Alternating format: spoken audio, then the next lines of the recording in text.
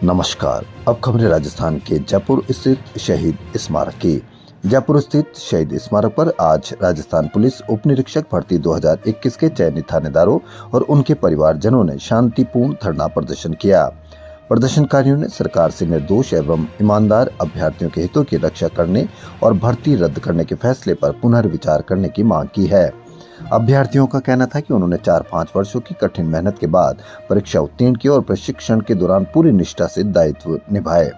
उनका आरोप है कि भर्ती में हुई कथित अनियमितताओं के कारण दोषी और निर्दोष अभ्यर्थियों को एक समान दंडित किया जा रहा है। परिवारजनों ने मांग की कि केवल वास्तविक दोषियों के खिलाफ कठोर कार्रवाई की जाए, जबकि जिन अभ्यर्थियों पर कोई प्रत्यक्ष आरोप या प्रमाण नहीं है उन्हें सेवा से पृथक नहीं किया जाए।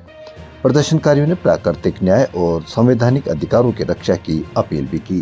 अब देखना ये कि शहीद स्मारक पर अभ्यर्थियों का प्रदर्शन से राहत मिलेगी या वापस उनको एग्जाम में उतरना पड़ेगा।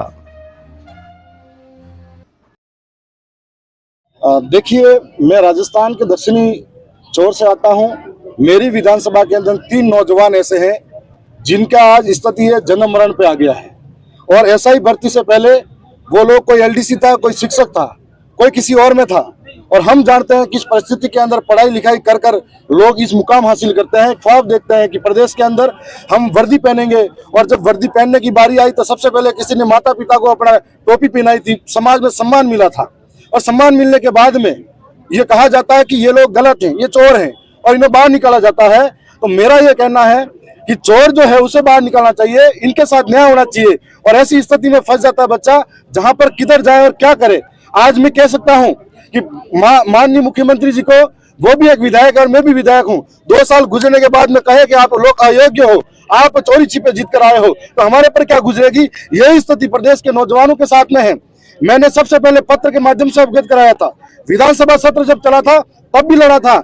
ये जो चोर हैं वो इनकी दफ्तरों में घूमते हैं, वो जो चोर हैं इनके ऑफिसों में घूमते हैं। आरपीसी जो चेयरमैन है, उन्होंने उस टाइम कहा था मगरमच्छ पकड़ेंगे, मगरमच्छ नहीं पकड़ के बेगुनाहों को सजा मिलने के मजबूर हुए हैं। और आज इस बेगुनाहों को सजा मिली है तो इसकी वजह से कई लोगों का परिवार टूटा है, कई लोगों को मान सम्मान समाज से खत्म हुआ है। कई लोग ऐसे हैं जो दोबारा रिपीट नहीं कर पा रहे हैं। और आप सब जानते हो, जब 2.5, 3 साल 5 साल नौकरी करने के बाद में उन्हें कहा कि वापिस वहीं से दौड़ना शुरू करो, तो कैसे कर पाएगा। इनकी मजबूरी को देखते हुए जब इन्होंने मुझे बताया, इनकी पीड़ा को समझते मैं इनके साथ यहाँ तक आया हूँ। और आगे भी इनकी लड़ाई को राजस्थान की विधानसभा में लेके जाऊंगा और निश्चित तौर पर लेके जाऊंगा। और इससे पहले भी मैं निरंतर लड़ता आया हूँ और मुझे ऐसे नौजवानों के साथ सहयोग से मौका मिला है। मैंने बेरोजगारी का दंश भी झेला है, मैंने भी ये दुख झेला है। और क्या पीड़ा होती है बेरोजगार की, मैं समझ सकता हूँ। जो ऐसी के कमरों में बैठ के पॉलिसियां बनाते हैं वो बिल्कुल नहीं समझ सकते हैं। और आज इनके परिवार टूटा है। कई मेरे साथी थे जिन्होंने बताया कि हमने बड़े गर्व के साथ में नौकरी कर रहे थे, किसी ने लोन लिया, किसी ने शादी करी, किसी ने मकान बनाया, आज खेत गिरवे रखने पर मजबूर हो गए, आत्महत्या करने पर मजबूर हो गए। और ये सरकारों को सोचना चाहिए, थोड़ा 2 कदम आगे आकर सोचना चाहिए। इनके साथ में जैसा भी टेस्ट करना चाहे, जो भी व्यवहार करना चाहे, लेकिन दोषी अंदर होना चाहिए, निर्दोष के सजा मिले, ये कतई स्वीकार नहीं है। कि सरकार एसएलपी दायर नहीं करती है तो आगे क्या होगा। रही बात चुनावों की तो ऐसी बात है, 700 750 हमें और हमारे 2000 परिवार वाले हैं। कितने लोग हुए हम? 2-2.5 हजार।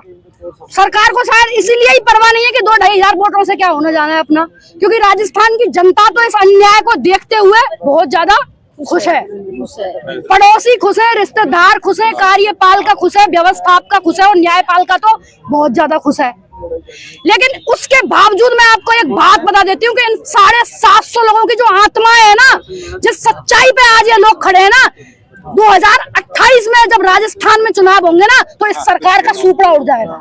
ये विधानसभा में ना बैठने लायक नहीं लगेगी। अगर मेरे अंदर जरा सी भी सच्चाई है ना, इतनी भी सच्चाई है ना, तो ये सरकार 2028 में बैठने लायक नहीं रहे विधानसभा में। मत करे एसएलपी दायर, मरेगा नहीं कोई, 750 में से जिंदा रहेंगे। मेरा नाम शिवानी फौजदार है। मैं 2016 से इसकी तैयारी कर रही हूँ। 2020 में मेरी 1301 रैंक आई थी, फिर मैंने वापस तैयारी की 5 साल, फिर मेरी 198 रैंक आई और अब मैं वापस एक बार और तैयारी करूँ 5 साल, फिर पता नहीं कौन सी रैंक आए।